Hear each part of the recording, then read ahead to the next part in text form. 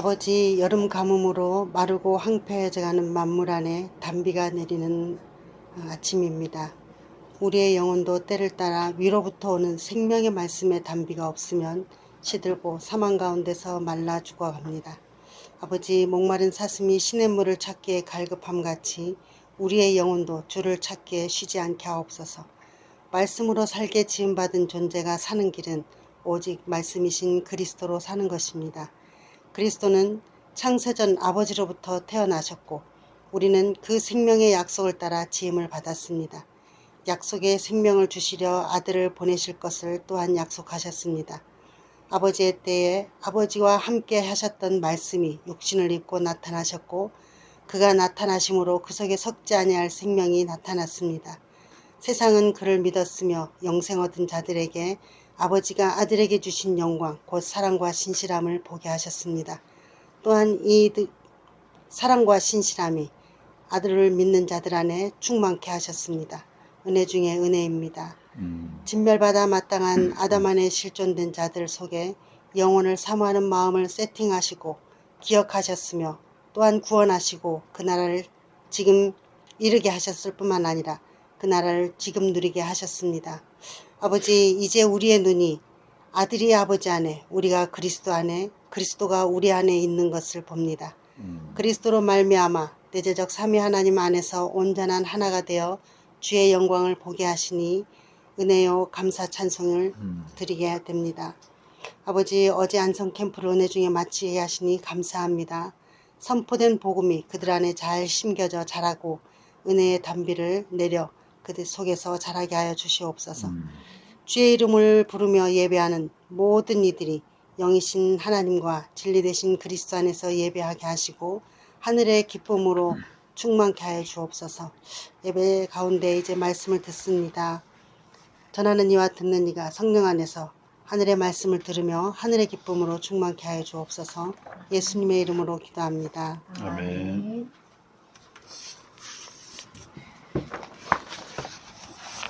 예, 하나님 말씀은 디모데전서 4장 6절에서 16절까지 말씀입니다.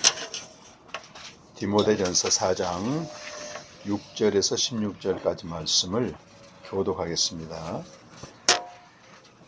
내가 이것으로 형제를 깨우치면 그리스도 예수의 좋은 일꾼이 되어 믿음의 말씀과 내가 따르는 좋은 교훈으로 양육을 받으리라. 망령되고 허탄한 신화를 버리고 경건에 이르도록 내 자신을 연단하라. 육체 연단은 약간의 유익이 있으나 경건은 범사에 유익하니 금생과 내생의 약속이 있느니라. 미쁘다 이 말이여 모든 사람들이 받을 만하도다. 이를 위하여 우리가 수고하고 힘쓰는 것은 우리 소망을 살아계신 하나님께 두미니 곧 모든 사람 특히 믿는 자들의 구주시라. 너는 이것을 명하고 가르치라. 누구든지 내 연소함을 업신여기지 못하게 하고 오직 말과 행실과 사랑과 믿음과 정절에 있어서 믿는 자에게 본이 되어 내가 이를 때까지 읽는 것과 권하는 것과 가르치는 것에 전념하라. 내 속에 있는 은사 곧 장로의 회에서 안수받을 때에 예언을 통하여 받은 것을 가볍게 여기지 말며 이 모든 일에 전심전력하여 너의 성숙함을 모든 사람에게 나타나게 하라. 같이 읽겠습니다. 내가 내 자신과 가르침을 살펴 이 일을 계속하라. 이것을 행함으로 내 자신과 내게 듣는 자를 구원하리라. 네, 여러분 기도해 주시고 함께 해 주셔서 지난 6월 말에 홋카이도에 있는 CFNJ 성서학원에서 일주일 동안 복음과 생명에 대한 강의를 했습니다. 이 학교는 40년 전에 세워진 미국 선교사에 세워진 학교고 학생들이 한때 한 30명까지 있었는데 지금 일본 신학교 전체가 이렇게 학생 수가 쭉 줄어드는 그렇지 않아도 0.4%밖에 안 되는 희귀한 교회들인데 많이 좀 더 쇠락하고 있는데 다행히 올해는 작년보다 갑절이 부흥이 돼서 신학생이 10명이 났습니다. 10명은 굉장히 많은 겁니다. 특히 여기 이제 25년째 학장을 하고 있는 카지가와 학장님이 계시고 올해 이제 68세 그리고 그 아내가 16년 연상입니다. 그러니까 몇 살이에요 올해? 80한 3세인가 4세. 아주 두 분 다 정정하세요. 그리고 이제 학장님, 부학장님죠. 노리꼬상이라고. 네. 그 부부가 이제 이끌고 있는데, 하여튼 제가 선교 보고 드린 대로 이 학장은 2회 입학생이에요. 그래서 38년 전에 그 신학교 들어왔다가 졸업하자마자 그 신학교의 직원이 됩니다. 스텝으로 한 13년 있었고 13년 마치고 바로 학장이 돼서 지금 25년 동안 그 학장님 식사 드리더라고요. 저는 아직도 38년 동안 학교 밖을 못 나갔습니다. 졸업을 못했습니다. 굉장히 겸손하시고 고대 교회사를 가르치고 계신데 성품도 좋으시고, 근데 굉장히 말씀을 사모하세요. 이번에는 풀로 참석을 하셨거든요. 그리고 이제 마지막 이런 말씀 하시더라고요. 여기에 많은 신학자와 교수들이 다녀갔는데 삼위일체, 요한복음에서 말하는 삼위일체의 신비를 이렇게 심하고 깊게 풀어준 적은 처음 들었다는 거예요. 삼위일체를 그분도 고대 교회사를 가르치니까 많이 들었을 거 아니겠어요? 근데 삼위 하나님이 기뻐하며 춤추며 하나가 되시고 우리가 그 안에 들어간다고 하는 건 너무 놀랍다는 겁니다. 신앙생활의 목적은 삼위 하나님이 기쁨 속에 우리가 들어가는 게 목적이다. 그리고 이제 신학생들한테 당부를 하더라고요. 이 말씀이 좀 어렵게 들리는 것 같지만 여러분 계속 듣고 들어서 너무 중요한 진리다 막 강조를 했습니다. 그래서 어떤 금요일까지 은혜롭게 마치고 금요일날 오후 비행기로 이제 도쿄 가서 프리덤 처치에 우리 최덕신 선교사님이 8년 전에 일본으로 건너갔고 6년 전에 그 교회를 개척했어요. 근데 성도 수는 한 20-30명. 근데 원근 아주 먼 거리에서도 이렇게 유튜브 예배드리는 일본 성도들 꽤 있더라고요. 일본을 워낙 잘하잖아요. 학교 다닐 때 거기 살아가지고. 이번에 일본 최남단에서 배로 10시간 걸리는 그 성도님도 오셨어요. 근데 제가 가만 보니까 그 성도님이 은혜를 제일 많이 받으시더라고. 그렇게 많이 우세요. 일본은 그리스도인들이 희귀하지만 아주 진지합니다. 그냥 대충 뭐 이렇게 아무 말 해가지고는 움직이지 않는 분들인데 이분들이 은혜를 많이 받으시고 생명에 대해서 처음 들었다 이런 분도 계시고, 또 우리가 3번 생명이라고 하는 아담의 생명으로 태어났는데 복음을 통해서 가장 높은 생명을 얻는다고 하는 놀라운 사실에 또 고백을 했습니다. 그래서 일본 사역을 잘 마쳤는데 도쿄도 굉장히 덥더라고요. 올해 한 35도까지 올라가고 아주 어려운 곳입니다. 한국 왔더니 더 덥던데 보니까. 그리고 이제 지난 주간에 172기 복음생명 안성에서 했습니다. 이번에는 기수마다 조금 다른 성향이 있는데 이번에는 선교사님들이 7분이 오셨어요. 현지에서 목회하는 분들이 4분 오시고 주로 이제 사역자 캠프가 돼버렸어요. 의도하진 않았지만. 그런데 어제까지 3일 동안 마쳤는데 이 선교사님들의 고백과 나눔을 들으면서 너무 감사했던 게 뭐냐면, 그 중에 이제 선교사님 한 분 올해 61세인데 부인도 목사님이세요. 처남도 목사, 장인도 목사, 전부 형제 자매들이 목사로 둘러싸여 있습니다. 근데 이분이 이제 필리핀 가서 선교를 하다 보니까 어떤 문제냐면 너무 많은 걸 필요로 하잖아요. 필요 사역 중심으로 한 겁니다, 오랫동안. 그리고 한국에서 목사님들이 오시면 상당히 돈을 싸들고 와서 쌀을 나눠주고 이런 거 하는데, 이 선교사님 의식 있는 분이에요. 우리가 지금 필요 사역만 할 게 아니고 이 죽어가는 영혼들에게 생명을 전해야 되는데 여기 붙잡혀 있는 분이더라고. 의식 있는 분이에요. 필요 사역을 하게 되면 잠깐은 좋아하는데 일주일 못 넘어간답니다. 다시 일주일 가면 옛날로 돌아간다는 거예요. 근데 어떤 목사도 와가지고 본질이나 생명에 대해서 메시지를 한 분이 없다는 거예요. 그냥 필요 사역 예수 믿으면 뭐 잘 된다 이런 얘기만 하고 갔기 때문에 아주 힘들어 하다가 이번에 그분을 추천해서 같이 오신 목사님이 계세요. 근데 아주 친하게 지내서 그 선교사님한테 형이라고 하더라고요, 이 박 목사님이. 그런데 몇 년 전부터 복음과 생명 제 책을 줬대요. 그리고 기독교의 본질한 소책자였잖아요. 그걸 줬는데 이분이 그 책을 읽으면서 너무 은혜를 받은 거예요.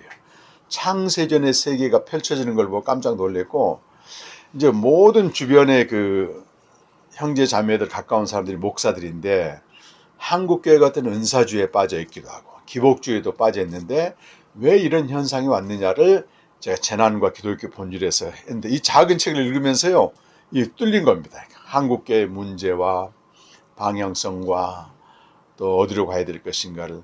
그래서 한 2, 3년 전부터 이 캠프를 그렇게 참석하고 싶어 했던 거예요. 근데 희한하게 기회가 안 됐어. 근데 이번에도 이제 그 동행하는 박 목사님이 이렇게 연락을 했는데, 마침 장모님 돌아가셨다든가 그래가지고 필리핀 출국을 못하게 돼가지고 여기 오게 됐는데, 그렇게 2년 동안 기다려서 그런지 첫 시간부터 그렇게 은혜를 받아요. 마지막에 소감 나누는데 이분이 우느라고 말을 못해. 그러면서 생명이란 말만 들으면 막 울컥울컥 눈물이 난대요. 그러면서 이 캠프를 열어주신 GL 미션에 감사하고 계속 좀 열어달라고 하더라고요. 자기도 좀 기도하면서 돕겠다고. 또 한 목사님은 여수에서 넉 달 전에 개척한 분인데, 이분은 그 내가 복음이라고 하는 방송, 우연히 방송을 듣고 창세전의 세계에 대해서 알게 되고 영혼과 영생에 대해서 알게 되고 장사복음, 제가 몇 개 많이 안 했거든요. 거기 이걸 다 들으면서 녹취, 타이핑을 쳐가지고 자기 걸로 만들면서 부목사로 있을 때는 설교도 하셨다고 하더라고. 드디어 이제 교회를 개척했어요. 개척한 첫 번째 설교가 거기 나와 있는 영혼과 영생에 대해서.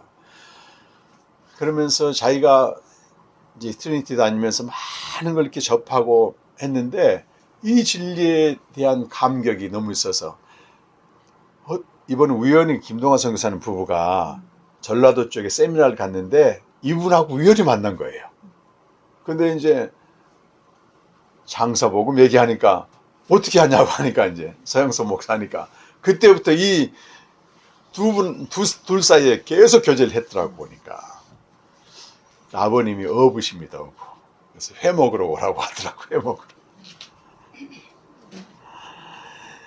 이분도 책으로만 만나가지고 이렇게 드디어 창세기 주의 묵상을 또 우리 출판기념회 할 때 알게 돼가지고 이 부부가 그걸 2번씩 읽으면서 은혜를 많이 받고 했는데, 느낀 게 뭐냐면, 참 책을 통해서 주님이 일한 걸 일단 알게 됐고, 나하고는 처음 만난 사람들이잖아요. 그리고 찾는 이가 적어도 캠프를 해야 될 당위성을 또 굉장히 위로를 받았습니다, 제가. 그리고 다른 선교사님도 마찬가지예요. 굉장히 고난 속에 있었는데 이 흩어졌던 파편화된 진리들이 구슬로 쫙 깨지는 이런 은혜를 이제 받았다고 고백을 하시더라고요. 그래서 현재 목회 어쨌든 외적으로 잘하고 계시는 목사님 한 분은 자기가 알고 있는 교리가 있었어요. 아담이 죄를 지어서 예수님이 오신다, 이거를 너무 확실하게 알았고 그렇게 설교했어요, 지금까지도. 근데 여기가 딱 보니까 아담이 죄를 지어서 예수님이 오신 게 아니고 창세전 생명을 약속하시고 그 생명을 주시기 위해서 아들이 오셨다, 요한복음을 얘기한 걸 듣고 처음엔 좀 받아들이기 힘들었나 봐요. 워낙 강하니까. 근데 마지막 날 우리 방송교사가 종합 강의할 때 이분이 확 열려가지고요, 식사하는데 막 여러 가지 얘기를 하는데 깜짝 놀랐습니다. 이 성경 세미나를 가보면 전부 성경만 얘기하는데 여긴 첫 시간부터 신학자들 또 기독교의 맥을 또 얘기하고 철학자들 얘기를 하고, 이분이 상당히 의식 있는 분이에요. 그러면서 이런 얘기를 식사하면서 하더라고요. 보통 세미나를 가면 강사들이 무슨 얘기를 하는가 알려면 그 사람의 책을 본다는 거예요. 책도 중요하지만 이 책을 쓰기 위해서 무슨 책을 참고했는가 참고 목록을 쭉 보는 겁니다. 근데 그분 말이 이 기원복음 생명책의 참고문을 봤더니 이거는 보통 책이 아니고 모든 진리를 포괄적으로 아우르는 책이다, 이런 게 없다는 겁니다. 그래가지고 막판에 이분이 은혜를 받고 이제 그 오해도 풀리고 12월 달 뭐지? 그 재직 세미나 때 나 부른다고 하더라고. 좀 기다리시라고. 근데 그분이 이런 얘기했어요. 기독교 신앙의 본질이 있는데 그게 삼위 하나님에게서 시작되는 거잖아요. 근데 본질에 시작해서 본질로 끝나는 거예요. 그래서 이 목사님이 얼마나 순수하고 귀하냐면 성도들 이쪽 하나님께로 나가게 하는 이쪽으로 인도하지 않으면 나는 직무유기라는 생각을 했다는 겁니다. 그렇게 얘기를 하세요. 그런데 이 세미나를 가만 보니까 본질에서 시작해서 본질로 들어가는데 그 가운데 문제가 되고 걸림돌이 되는 걸 전부 처리하는 복음으로 설명해서 너무 놀랬고 여러 가지 흩어져 있는 진리들을 한 소쿠리에 딱 담았다 이렇게 그렇게 표현을 하시더라고요. 그래서 굉장히 격려를 받았습니다. 격려를 받았습니다. 그래서 제가 그 얘기를 했죠. 각 세미나마다 나름대로 중요한 의미가 있지만 구술에 불과하다. 구술을 꿰야 되는데 여기 세미나는 그런 겁니다. 전체를 보게 하는 겁니다. 그래서 상당히 도전도 받고 격려도 받고 위로도 받았습니다. 찾는 이가 적지만 생명이 부재한 한국교회와 선교사와 목회자로서 한계 상황에서 목이 말라 까딱까딱 어떤 필리핀 선교사님은 정말 사역도 잘하고 은사 또 체험 이게 굉장히 많았던 분이에요. 워낙 탁월하고 유명하니까 CTS인가 CBS인가에서 한번 모시려고까지 했다고 하더라고. 근데 목이 말라 죽으려고 하는 거예요. 여기 와서 많이 그분이 오셨어요. 맨 앞에 앉아서. 그러면서 나중에 뭐라고 말하냐면 딱 한마디. 숨 좀 쉴 것 같아. 숨 좀 쉴 것 같아. 그런 일 함께 해서 너무 감사하고 오늘은 이제 목회 서신에 대한 부분 한 구절 좀 읽겠는데요. 목회 서신은 디모데 전서 후서 그리고 디도서 세 개의 성경을 목회 서신이라고 말합니다. 그래서 바울이 목회자인 디모데와 디도에게 쓴 편지예요. 목회 서신의 강조점이 있는데 그것은 거짓 교훈을 배척하라 이거예요. 목회자에게 가장 중요한 본분이 뭐냐면 다른 교훈과 거짓 교훈을 분별하는 겁니다. 그럼 목회 서신에서 말하는 다른 교훈이 뭐겠습니까? 네? 디모데전서 1장 한번 가보실까요? 10절 끝에 보면 음행하는 자와 남색하는 자와 쭉 나오고 마지막에 뭐가 나오냐면 기타 바른 교훈을 거스르는 자들을 위함 이렇게 나오잖아요. 자, 11절은 같이 한번 읽어보겠습니다. 이 교훈은 내게 맡기신 바 복되신 하나님의 영광의 복음을 따름이라. 바른 교훈이 다른 게 아니고 바울에게 맡겨진 사도에게 맡겨진 복되신 하나님의 영광의 복음이다. 여러분 어떻게 이 복음을 가리켜 복되다 얘기하고 영광이라고 말할까요? 엄청난 지금 복음에 대한 수식을 붙이잖아요. 이 복음은 창세전에 약속된 생명인데 생명을 얻게 하는 것인데 이 생명을 가리켜서 에베소 1장 3절에서는 하늘에 속한 영적인 복이다. 그 복을 주시기로 한 하나님이 이 복음을 줬는데 이 복음을 얻는 사람들은 이 영광스러운 은혜를 찬송해야 된다. 영광의 복음이라고 말하는 거예요. 왜? 생명을 얻게 하는 거기 때문에 그렇습니다. 그래서 이 복음의 목적은 생명을 얻게 하는 것이고 생명의 효력은 1장 5절에 보게 되면 이 교훈, 복음의 목적은 생명을 얻게 하고 정결한 마음과 선한 양심과 거짓이 없이 없는 믿음에서 나오는 사랑이다. 이게 이제 열매로 나타나는 거죠. 열매로.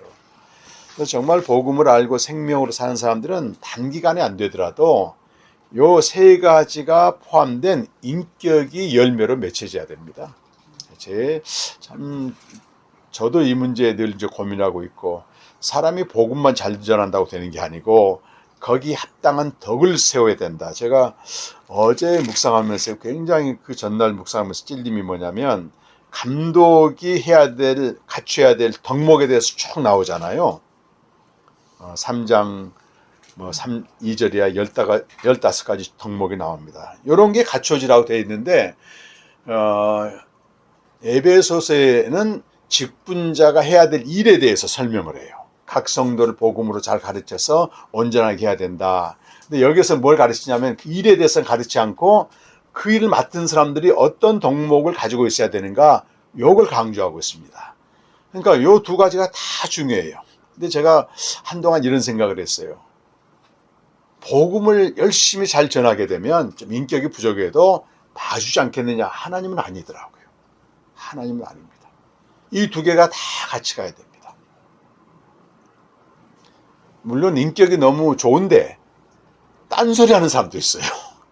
복음을 모르니까 엉뚱한 얘기 하거든요. 이런 사람도 문제지만 복음을 잘 전하는데 거기 합당한 인격이 따르지 않은 것도 문제입니다. 이 두 가지가 동시에 갖춰져야 되는 거예요.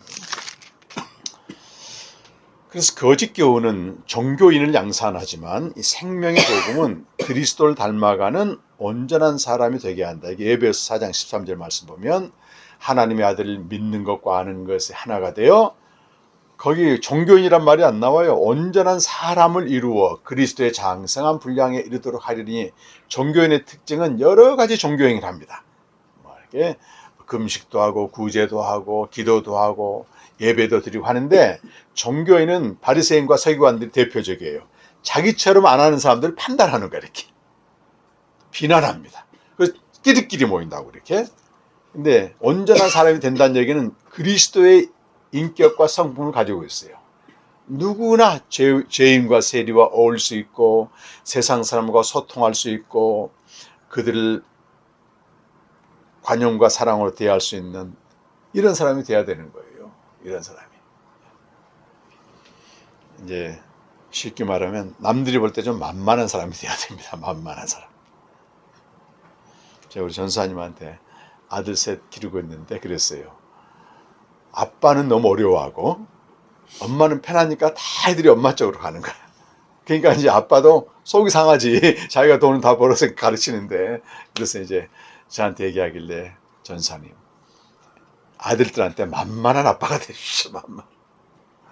왜 엄마한테 왜 가겠어요? 엄마는 만만하거든.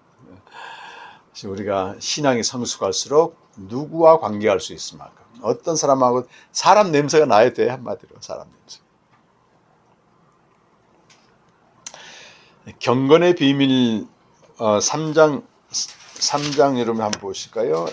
3장 16절 우리 전날 묵상한 건데, 크도다 경건의 비밀이요 그전에는 이 집은 살아계신 하나님의 교회요 진리의 기둥 같아라, 이렇게 얘기합니다. 이 경건의 비밀이 대체 뭐냐? 16절 뒤에 보게 되면요, 이 경건의 비밀, 그리스도의 비밀이라고도 얘기할 수 있습니다. 그는 육신으로 나타나신 바 되고, 성육신 사건입니다. 성령으로 의롭다 하심을 받으시고, 의롭다 하심 받으신 것은 죽으시고 부활하심으로 이분이 옳다 인정해 주는 걸 말해요. 죽었을 때는 뭐 다들 하나님께 저주받아 죽은 줄 알았는데 의롭다. 그리고 천사들에게 보이시고 만국에게 전파되시고, 부활의 증인들이 천사들이잖아요. 또 만국에 전파되시고 사도들에 의해서 세상에서 믿음 받으시고 영광 가운데 승천하셨다. 경건의 비밀은 특별한 게 아니고 그리스도의 구속의 사건으로서 복음을 말하는 겁니다. 이게 워낙 크다는 거예요. 이 복음, 그래서 교회는 이 진리의 기둥 같아 복음을 기초로 세워질 때 진정한 진리의 기둥 같아가 된다. 그런데 말이죠, 복음이 부재한 교회는 그 반대로 헛되고 무익한 경건을 추구하는 거예요. 헛된 경건입니다, 이게. 그것을 4장 1절에서는 미혹하는 영과 귀신의 가르침을 받는 것이다. 그러면서 어떻게 한다? 3절에 보게 되니까 혼인을 금하고 어떤 음식물을 먹지 말라고 가르치는 겁니다. 이게 이제 헛된 경건이죠. 복음이 없는 종교성을 말하는 것입니다.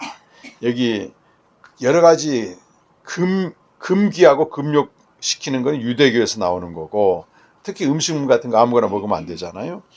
혼인을 금하는 것은 영지주의를 말합니다. 인간의 몸을 더럽다 하기 때문에.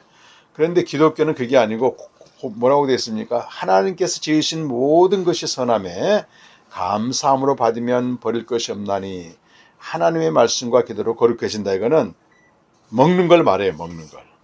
밑에 있는 거 한번 읽어보실까요? 인간의 몸과 물질적인 세계는 시작. 인간의 몸과 물질적인 세계는 하나님의 선하신 창조물이며 경건을 이유로 폄하하거나 멸시하지 못한다. 몸을 잘 관리를 해야 돼요. 그래야지 신앙생활을 하는 것입니다. 그래서 유대인들은 좀 지나칠 정도로 몸을 관리해요. 왜 돈 버냐, 부자 되냐, 잘 먹으려고 한다고 이렇게. 복음이 부재한 교회가 추구하는 헛된 경건은 복음과 무관하고 신앙의 성숙이 이르지 못하는 종교 행위들이죠. 주로 토속 신앙과 결합한, 오늘날도 그래요. 율법주의나 금욕주의나 신비주의 등 요것들이 기독교의 경건처럼 오해를 한다는 것입니다. 대표적으로 한국교회 같은 경우는 유교 영향을 받은 윤리적인 삶과 직분을 우리가 주잖아요. 이렇게 철저히 유교적인 영향을 받고 있습니다.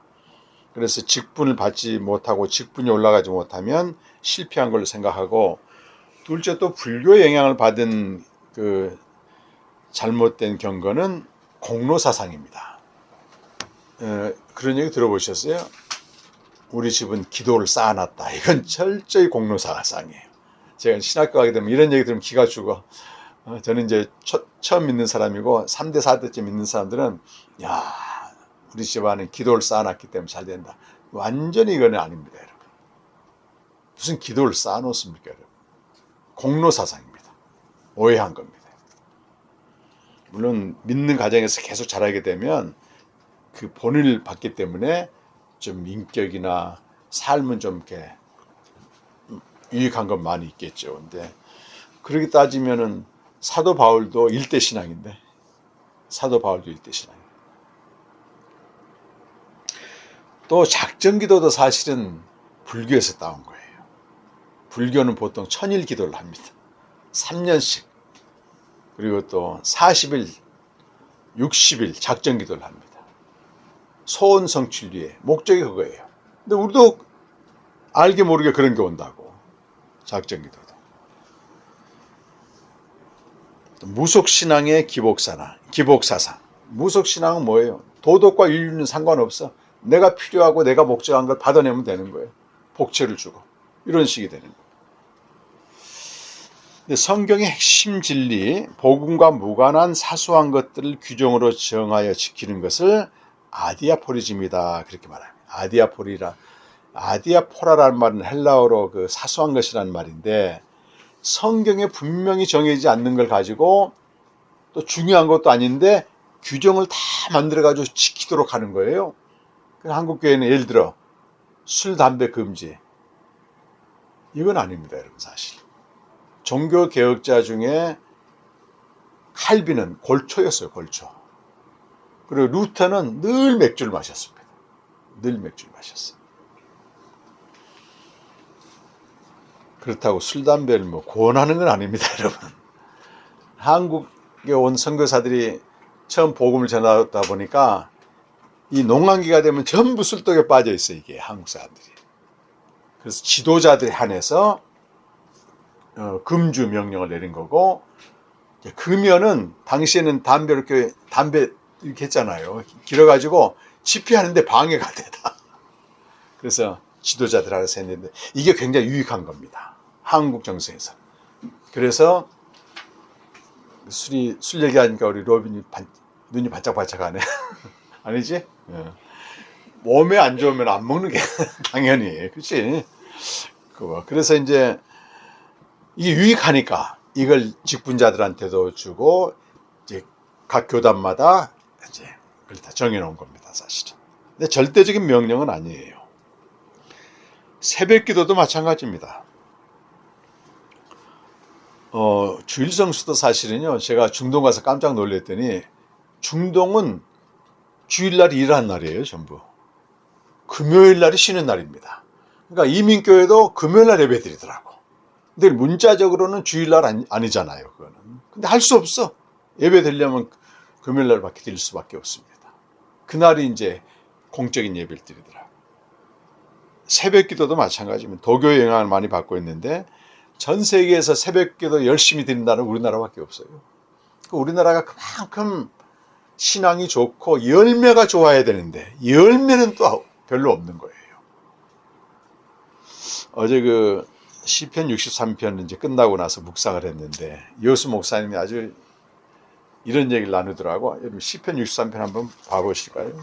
63편 그 5절과 6절 보면 다윗이 이런 고백을 합니다. 시편 63편 5절과 6절 말씀.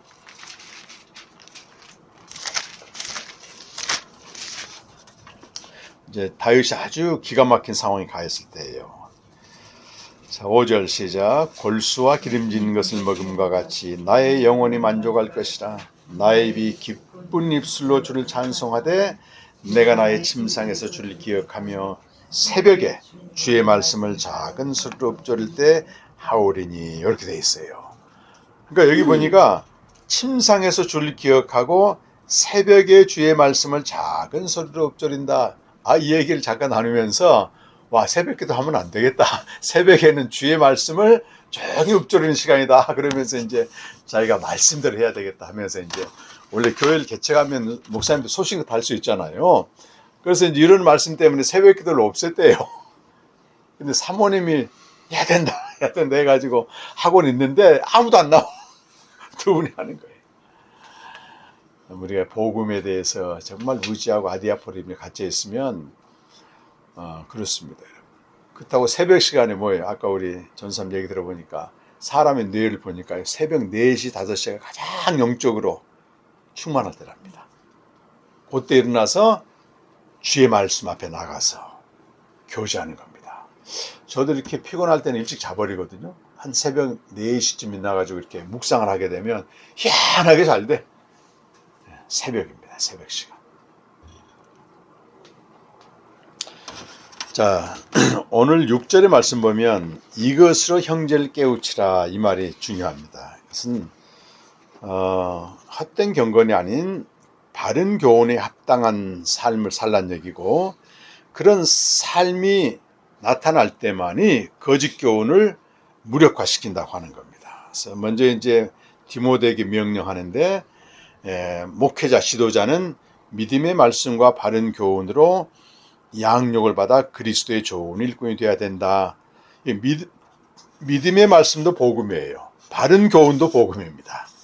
복음으로 매일 살아가고 복음으로를 통해 생명을 살 때 지도자는 점점 양육을 받으면서 좋은 일꾼이 되는 거예요.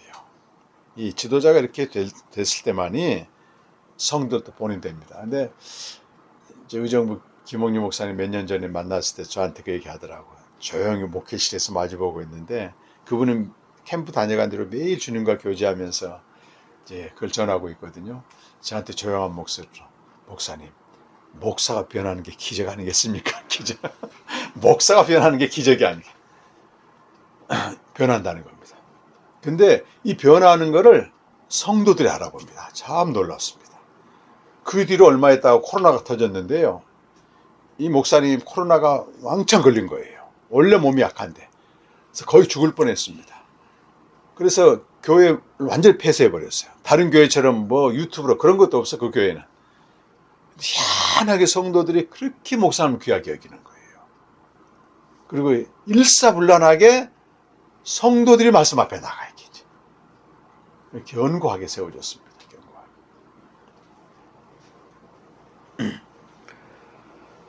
지도자는 복음이 아닌 망령되고 허탄한 신화를 버리고, 망령되다 그 말은 저속하고 이 말입니다. 농담 같은 거 하는 거죠. 허탄한 신화, 꾸며낸 얘기를 버리고 경건을 훈련해야 된다. 경건을 훈련한다는 얘기는 매일 주님과 교제하는 걸 말해요. 저랑 내가 복음이다 녹음했던 그 장윤기 집사님 그런 얘기 자주 하더라고. 교회 가게 되면 아무 말 대잔치 한다는 거예요. 아무 말. 이번에 또 목사님이 나눌 때 부목사로 했을 때 설교하고 내려오면 담임 목사님이 잡소리 좀 그만해라, 잡소리. 근데 그가 볼 때는 목사님 자신도, 담임 목사도 잡소리 한대. 복음이 아닌 건 사실 전부 잡소리입니다. 복음이 아닌 것. 몸의 훈련은 약간 여기 약간의 유익이 있단 말이 무슨 말이겠어요? 우리가 몸을 건강하기 위해서 훈련하게 되면 이 세상 사는 동안 건강을 유지하는 겁니다. 근데 경건의 훈련은 모든 면에서 유익하다는 거예요. 이 세상뿐만 아니라 오는 세상에서도 유익한다.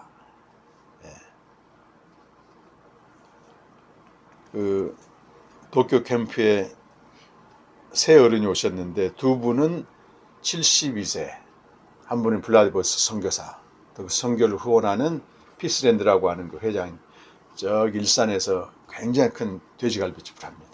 네. 그리고 또 한 분은 이번에 8년 만에 만났는데 사랑교회 다니고 계신데 81세 되신 이집사님이라고 하는 분인데 그분은 이제 창조과학을 배워서 이제 강의를 다니는데요. 이 72세 되신 분이나 82세 되신 분이나 너무너무 건강한 거예요. 부러울 정도로 와. 근데 제일 건강한 분이 81세 되신 분. 물어봤어요. 비밀. 그랬더니 60세 때부터 턱걸이를 하기 시작해가지고 얼마 전까지만 해도 50개씩인가? 전 턱걸이 한 개도 못 하거든요. 건강하시대요. 정정하시고.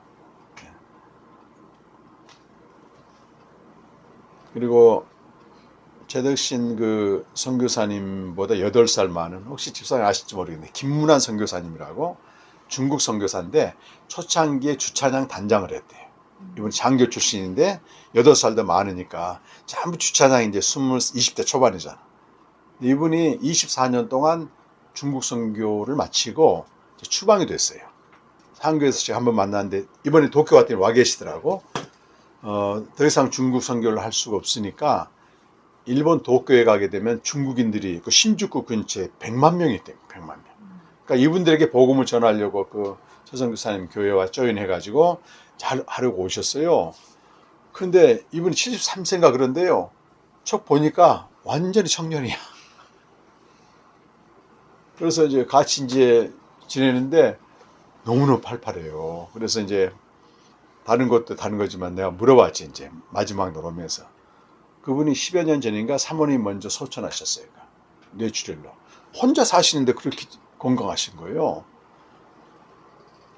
했더니 이분은 하루에 1200개씩 팔굽혀펴기. 1200개. 와. 근육이 이래요. 혈색도 너무 좋은 거야. 이야, 또 도전을 받았네, 내가. 그래서 실천하자 해가지고 이제 블라디보스 선교사님이 나한테 막 얘기하더라고. 목사님, 턱걸이 한 개 하는 게 힘듭니다. 한 개만 성공하면 10개는 금방 됩니다. 해가지고 동네 공원 가서 이제 화요일날 제가 들어와가지고 수목금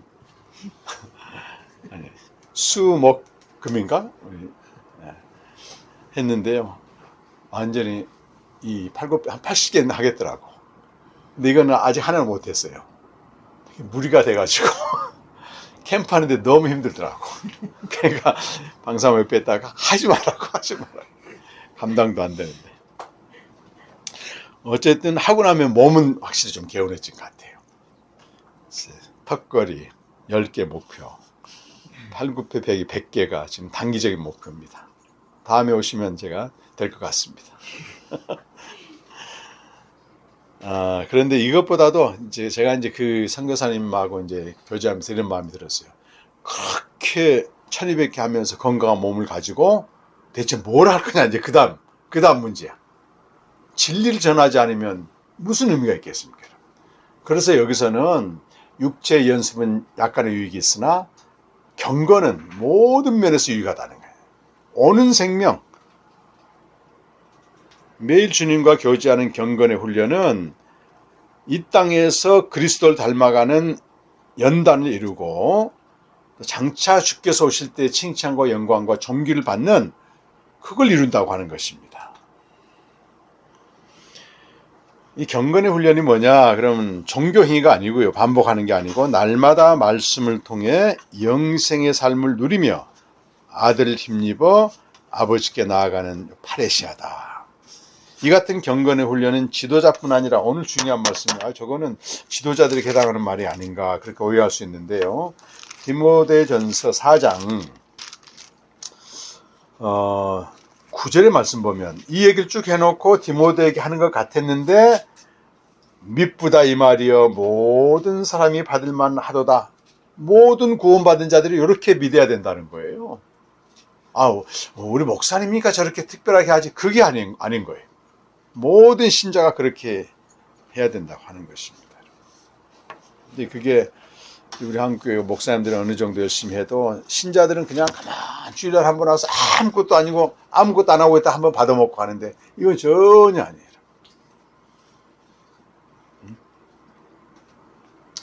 한번 가만 생각해 봐봐. 우리 로빈 형제, 수빈 형제. 학교를 내가 열심히 다닌다고 이렇게 학교만 다니면 되는가? 공부를 해야 되잖아. 주일날만 교회만 왔다 갔다 하면 되는 게 아니고 주중에 공부를 해야 되는 거예요. 그게 말씀 앞에 나가는 거지, 매일. 근데 그 차이는 좀 같지만 믿으면 믿을수록 완전히 달라지는 거예요. 평생 교회만 왔다 갔다 하는 사람하고 조금이라도 하루에 30분이라도 말씀 연구하고 이거하고는 완전히 나중에 하게 되면 그렇게 된다니까. 장성한 자와 어린아이의 기준은 히브리서 5장 12절 보면 내가 이걸 열심히 해가지고 남을 가르치는 자가 됐을 때 장성한 자예요. 계속 배우기만 하는 사람은 어린아이라. 아무리 내가 직분이 높아도. 지금부터 하면 돼. 얼마나 좋아. 30대. 하루 30분씩 시간 30분도 하나님을 위해서 시간 못 내면 하나님 믿는 게 아닌 거야. 완전히 거짓말이지. 나를 위해서 사는 거지. 무슨 입술로는 하나님 위해서 산다고 하지만. 다 속임당하고 있습니다. 지도자의 영적 성숙은 이제 물론 믿는 자의 본이 되라고 지금 얘기하고 있는데, 여러분 지도자는요 맹신의 대상이 절대 아닙니다. 그러니까 이제 이단들의 함정에 빠지는 거 뭐냐면 이단의 교주의 말은 무조건 믿어버리는 거예요. 자기는 연구 안 하고. 근데 그 지도자가 무슨 일을 하고 있는 걸 봐야 되는데 이 세 가지를 얘기하고 있습니다. 첫 번째 읽는 것. 이건 성경을 연구하는 거예요. 늘 목사님이 매일 성경을 묵상하고 연구하고. 두 번째는 공중 예배에서 권면하다 그 말은 설교하는 것이고, 세 번째 가르치는 일은 복음의 진리를 가르치는 거예요. 이 세 가지를 내가 믿는 지도자, 내가 섬기는 지도자 하고 있을 때 본이 되는 거지. 그렇잖아요. 이건 안 하면서 어떤 검소한 삶이나 또 사람들에게 잘해주는 거나, 어떤 집사님 만났는데 그분이 개척교회를 갔는데요. 그 목사님은 설교할 때는 아무 말 대단치 않은 거예요. 근데 개인적으로 너무너무 잘해줘. 수시로 집에 가서 도와주고 심지어 성도들의 자동차 번호까지 다 외우고 있다는 거예요. 근데 성도들이 다 떨어져 나갔습니다. 인간적으로 잘해주는 거, 그건 나중 문제예요. 진짜 우리 지도자들이 말씀을 읽고 묵상하고 메시지를 선포하고 복음의 진리를 가르치고 있는가. 그러면서 말과 행실과 믿음과 순결에 있어서 본이 되라고 돼 있어요. 아무나 지도자 될 수 없다고 하는, 늘 지도자는 안수를 받으라고 하는데 내적인 부르심과 외적 부르심이 있어야 된다고 하는 겁니다. 그래야만이 지도자가 자신의 영적인 진보를 이룰 때 자기를 포함한 모든 사람을 구원의 길로 인도합니다. 이번에 그 지도자들이 다 오셨잖아요. 거의 다. 제가 그 마태복음 23장 15절 읽어줬어요. 서기관과 바리새인들은 성경 박사들입니다. 근데 그들을 예수님이 막 저주하시잖아요. 하면서 하는 말이, 바다와 육지를 돌아다니면서 교인 하나를 겨우 얻어서 갖다 놓게 되면 배나 지옥 자식이 되게 버린다. 막 그렇게 진노를 하는 겁니다. 교인이 오게 되면 정확히 복음을 가르쳐주고 그 생명을 전해줘서 그들이 주님과 교제할 수 있도록 이렇게 만들지 않고 그냥 방치해버려. 말씀을 막 적용시키라고 얘기하고 자기처럼 되게 만든 것입니다. 이 마지막으로 바른 교훈, 복음으로 얻은 생명의 진정성은 효력이 나타남으로 입증된다. 성경이 증거하는 복음, 바른 교훈은 생명을 얻게 하고 더 풍성히 누리게 하는 것입니다. 그래서 우리 이런 질문을 좀 해야 됩니다. 내가 알고 있는 복음, 내가 받은 복음이 성경이 증거하는 복음과 일치하는가? 성경이 증거하는 복음은 고린도전서 15장 3절에서 5절에 있는 그리스도의 죽으신 것과 장사되신 것과 부활하신 것과 현현하신 것, 이거는 빼박이야. 빼도 박도 못하는 딱 정해진 복음이라고 성경이 증거하는 복음은. 그리고 그 복음의 목적은 생명인데 그 생명에 이르고 있는가, 이걸 점검을 해야 돼요. 그 두 번째는 내가 헛된 경건을 버리고, 이거 종교성과 혼합된 것들이죠. 복음에 근거한 경건의 훈련, 생명의 교제를 지금 하고 있는가 진지하게 물어야 됩니다. 만약 그렇게 하고 있다면 복음이 부재한 신앙과 거짓 교훈과 이단 사상의 정체를 완전히 폭로하고 무력하게 만드는 겁니다. 어제 요르단 선교사님 얘기 들어보니까 신천지가 말이죠, 요르단까지 막 들어와 있대요. 굉장히 활기를 친답니다. 근데 정말 놀라운 건 뭐냐면 젊은 아이들, 영어를 잘하는 아이들이 전부 신천지 포섭돼 가지고 그걸 번역시키고 있다고 하는 겁니다. 근데 우리가 이런 바른 교훈, 복음에 철저하게 근거한 경건의 훈련을 하지 않게 되면 다 넘어가게 돼 있습니다. 웬만하면. 근데 그렇게 살게 되면 삶을 통해서 그들이 가르치는 게 거짓 교훈이라고 하는 걸 폭로하는 겁니다. 삶을 봐라, 삶을. 근데 우리가 이걸 하는 것은 우리의 소망이 이 땅의 것이 아니고 살아계신 하나님께 있기 때문에 결코 포기할 수 없는 일상이라고 하는 겁니다. 우리의 소망이 이 땅에서 잘 되고 이렇게 함으로써 내가 뭐 소원하는 게 이루어지고 여기 있는 게 아니고, 우리의 소망은 살아계신 하나님께 있기 때문에 이렇게 매일 경건의 훈련을 하면서 주님과 교제하고 생명으로 사는 게 너무 가치가 있고, 특히 우리 제주생명교회는 생명의 산실 역할을 하면서 열방의 복음을 전하는데 함께하고 있는 거잖아요. 감격입니다. 감격. 언제 기회가 되면 한번 같이 가야 돼. 우리가 지금 하고 있는 게 얼마나 대단한 건지 너무너무 깜짝깜짝 놀랍니다. 그래서 창세전의 세계와 생명과 약속, 이것이요 엄청난 거예요. 화장실 가면 붙여놨잖아요. 오늘 사진 찍었네. 오늘 핵심 내용이 들어있어요. 창세전 하나님 약속하시고 생명을 주시고 주님과 교제하게 한다고 하는 거. 7월 말에 우리가 마다가스카르 가서 이제 현지 목회자들 100여 명, 그리고 청소년들 한 100명, 그리고 한인교회도 상당히 어렵습니다. 목사님이 안 계세요 지금. 담임 목사가 크게 사역을 3가지 하거든요. 위에서 기도해 주시고 생명의 복음이 세상 이 끝에서 저까지 전하는데 함께해 주시기 간절히 부탁드립니다. 제가 기도하겠습니다.